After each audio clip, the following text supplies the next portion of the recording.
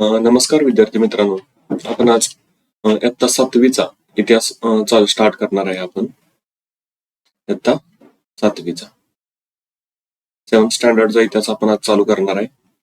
याच्या आधी आपण 6वीचा इतिहास पाहिला. 6वीच्या इतिहासामध्ये काय पाहिलं आपण? प्राचीन भारत किंवा प्राचीन इतिहास. प्राचीन इतिहास प्राचीन इतिहासामध्ये काय काय पाहिलं आपण? इतिहासाची साधने, इतिहासातील हडप्पा संस्कृती, त्यांचं लोकजीवन, वैदिक संस्कृती. पहिलं पाहिलं आपण हडप्पा संस्कृती, हडप्पा संस्कृती आणि त्यांचं लोकजीवन.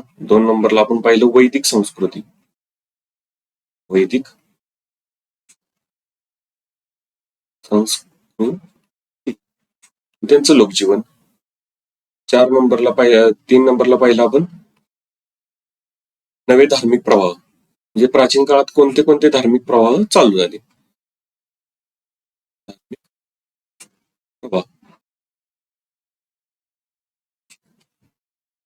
त्यानंतर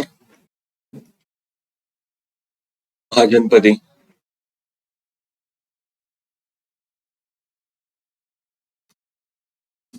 प्राचीन इतिहासामध्ये किती महाजनपदे होते? तर ते 16 होते.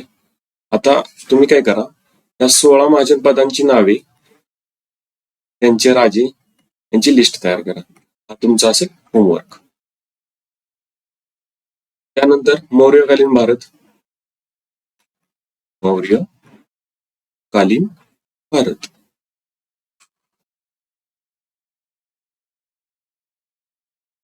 अक्षर जरा समजून घ्या, कारण इथं पेन टॅबवर लिहिताना व्यवस्थित एवढा प्रॉपर येत नाही, पण बऱ्यापैकी समजते. आता त्यानंतर होते उत्तरेकडील आणि दक्षिणेकडील राज्ये. उत्तरेकडील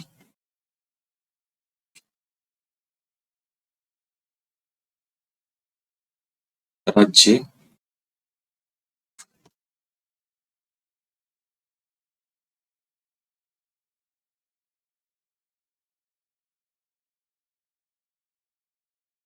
दक्षिणेकडील राज्य. त्यानंतर आपण पाहिलं भारत सांस्कृतिक,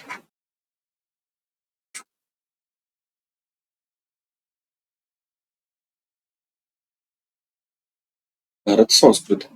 एवढ्या गोष्टी पाहिलेल्या आहेत आपण. आता आपण आजपासून इयत्ता 7वीचा इतिहास चालू करणार आहे. 7वीच्या इतिहासामध्ये काय काय पाहणार आहे आपण? तर पहिला असणार आहे इतिहासाची साधने. 2 नंबर शिवपूर्वकालीन भारत. 3 धार्मिक समन्वय. 4 मध्ये पाहणार आहे आपण शिवपूर्वकालीन महाराष्ट्र. 5 मध्ये पाहणार आहे स्वराज्याची स्थापना, स्वराज्य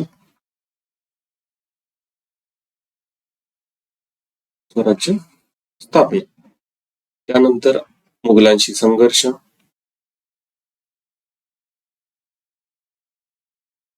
एक मिनिट मित्रांनो.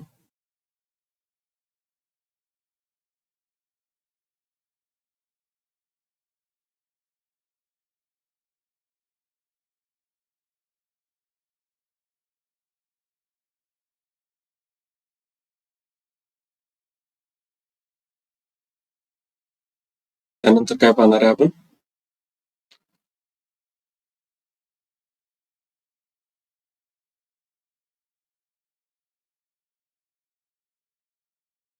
संघर्ष, मुघलांशी संघर्ष. त्यानंतर आहे स्वराज्य. एक मिनिट, आपण आधी सगळं इरेज करून घेऊ, म्हणजे आपल्याला बाकीच्या गोष्टी लिहिता येतील. हे झालं 6वीचं पाहिलं होतं आपण. आता आपण 7वीमध्ये काय काय पाहणार आहे? इयत्ता 7वीमध्ये एकूण 13 चॅप्टर आहेत. किती? 13 7th स्टँडर्ड मध्ये. आणि यामध्ये आपण मध्ययुगीन इतिहास पाहणार आहे. कोणता पाहणार आहे? मध्ययुगीन. आता काय कोणते कोणते आपण इयत्ता 7वीमध्ये काय काय पाहणार आहे? तर इतिहासाची साधने, शिवपूर्वकालीन भारत, धार्मिक समन्वय, शिवपूर्वकालीन महाराष्ट्र, स्वराज्य स्थापना, मुघलांशी संघर्ष, म्हणजे स्वराज्य स्थापना करताना आपला मुघलांशी कसा कसा संघर्ष झाला या गोष्टी. त्यानंतर स्वराज्याचा कारभार कसा चालत होता, शिवाजी महाराज कसे आदर्श राज्यकर्ते होते या सर्व गोष्टी. त्यानंतर मराठ्यांचा स्वातंत्र्य संग्राम, त्यानंतर आपण बघणार आहे मराठ्यांच्या सत्तेचा विस्तार कसा कसा झाला.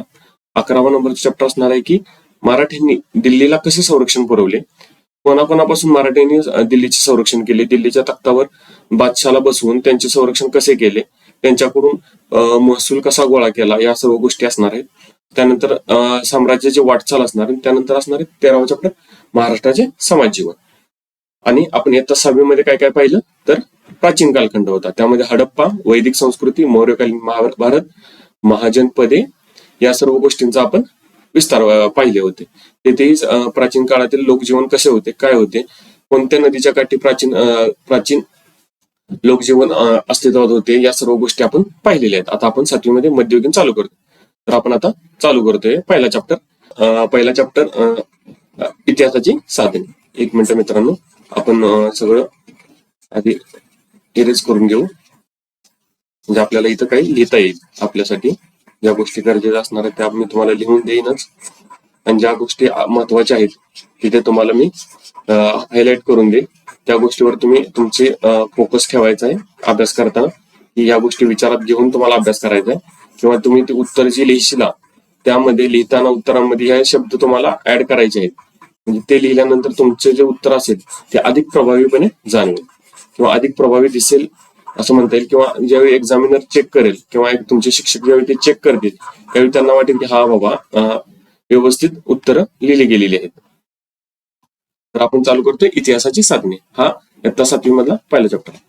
भारताच्या प्राचीन कालखंडाचा अभ्यास आपण मागील वर्षी, कोणता अभ्यास केला मागच्या वर्षी आपण, तर प्राचीन कालखंड.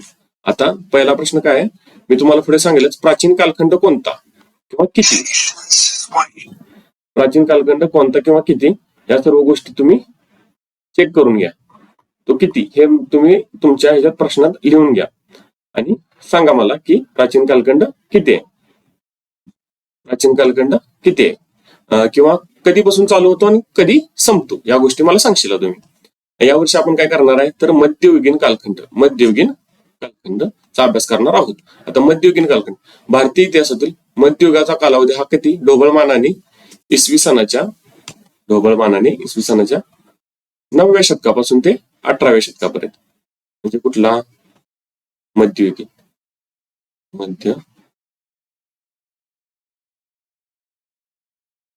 मध्ययुगीन कालखंड किती, 9वे शतक ते किती 18वे शतक, 18वे इथपर्यंत मानला जातो. या पटात आपण मध्ययुगीन इतिहासाचा अभ्यास करणार आहे. प्राचीन कालखंड 6वीत पाहिलाय, मध्ययुगीन कालखंड आपण 7वीत पाहतोय. मध्ययुगीन कालखंड किती तर 9वे शतक ते 18वे शतक असं ढोबळमानाने मानले जाते.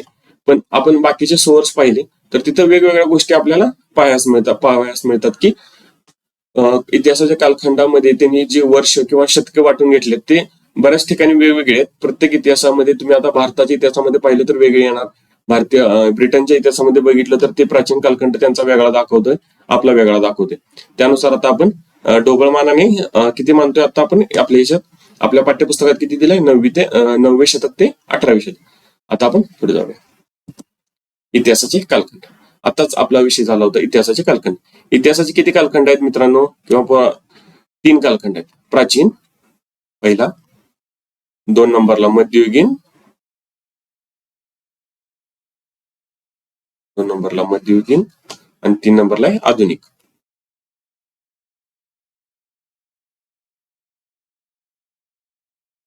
आधुनिक कालखंड. आता आपल्या पुस्तकात काय सांगितलंय, मी आता माझ्या माहितीप्रमाणे इसवी सन पूर्व 600